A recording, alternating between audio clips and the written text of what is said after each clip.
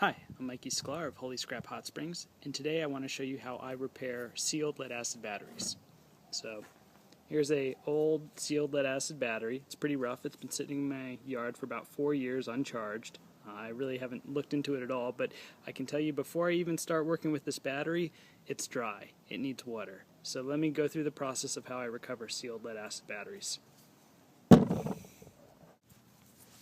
So the first step in recovering any battery is just to clean it up a little so you don't make more of a mess. This is some biodiesel, but any type of olive oil or kerosene would also work for just really cleaning up the outer casing. You can see it looks a heck of a lot better already,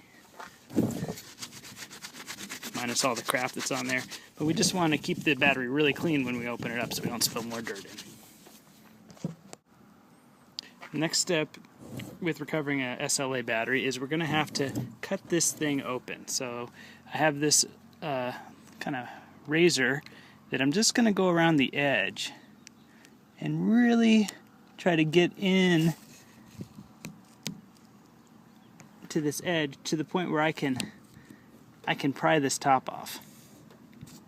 And what I find if I do about 3 passes with the razor, it's enough that I can start sliding the razor under. So I went ahead and just placed the razor right in here, straight up and down, and just started to pry it right up. See how I just do that tilt, and you can see it starts to lift. We're really starting to see some lift here. Then I go around and just keep doing that. And once I feel like I got a side pretty well up, we can switch over to a screwdriver. Kind of use that combination now to really lift it up. We want to be gentle. We don't want to crack the top. So just gently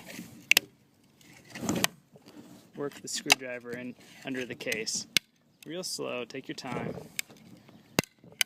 I have cracked these before. It's embarrassing. Yeah. Great. So got a little dirt. Go ahead and clean that up.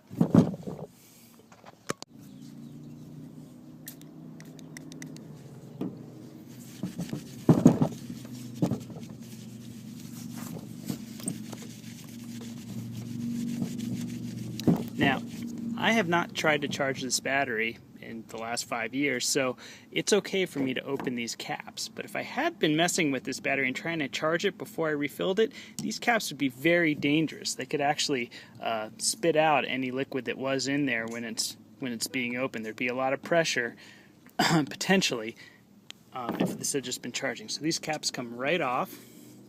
You can wear gloves if you want. I find they're really difficult to manage with gloves on. And you go ahead and just pull these caps right off with your fingers or with the screwdriver. You're going to want to save them.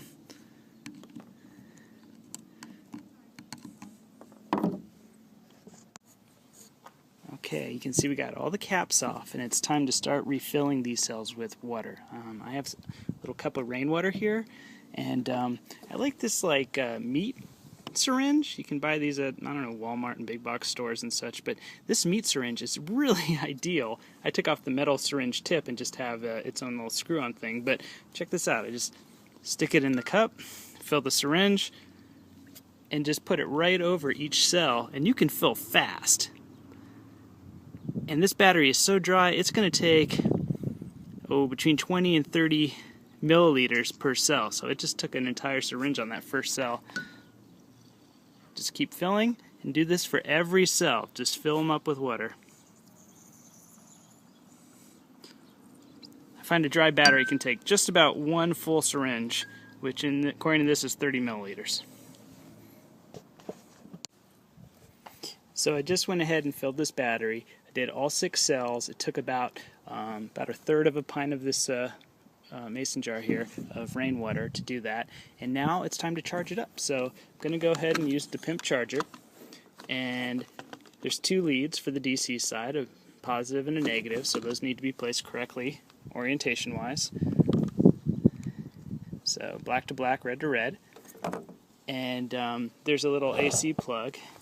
In my case, in the US, it's 110 volt, but international 220 is fine. You just need the prong adapters for your plug shape. And I'm going to go ahead and start charging this. So you can see I'm going to go ahead and plug in the AC side. And let's take a look at what the voltage reading we're seeing on the PIMP right now is.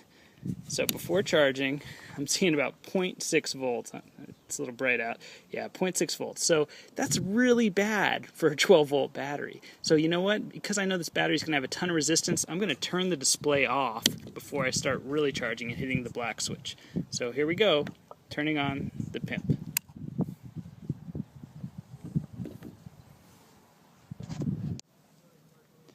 So I've been letting the PIMP battery charger work on this battery for about 1 minute, and the whole time I left the voltage display on, but I'm going to go ahead and turn it on now, and I'm sorry, I had it off the whole time, and we're just going to see what the voltage is reading. So it's up in the 55, I would say 45 to 60 range. It's jumping all over the place as it's pulsing and recovering here.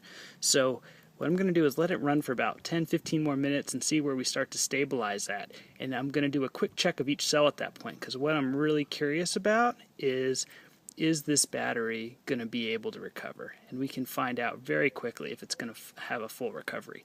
So I'm going to go ahead and turn off the display, let it keep charging 10-15 minutes, and I'll come back. So you can see we're down into the 20s, 20 to 30 volt right now range for this battery recovery, which is pretty good. The resistance is still very high after even 15 minutes of letting it sit, so I'm going to have to let it keep charging. But what we can do is we can turn off the charger, see what it drops to. It's sitting at about 11.8 volt right now, 11.7. It'll keep dropping a little bit. And we can check each cell, and we can check and see which of these cells might be dead or weaker than others, and get an idea of how the battery is doing out of its 6 different components.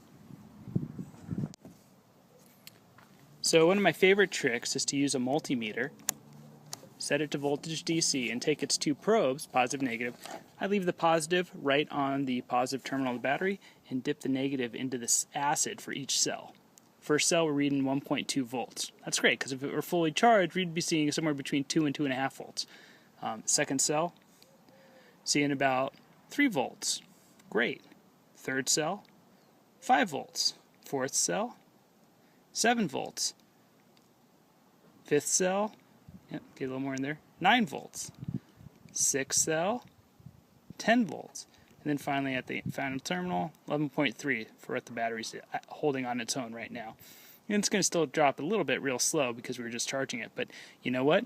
This is the battery that's going to recover. This is a battery that we can get quite a bit of capacity out of still. Every cell is good. Now, if I had been trying to charge this battery without...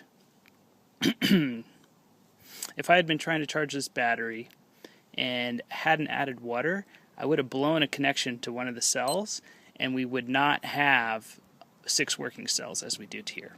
We would only have like 5 working cells, and that's why adding water is just one reason it's so critical to add water, so you don't blow out the cells. So this is a great battery. We just need to keep charging it. It's going to come back and have a long life.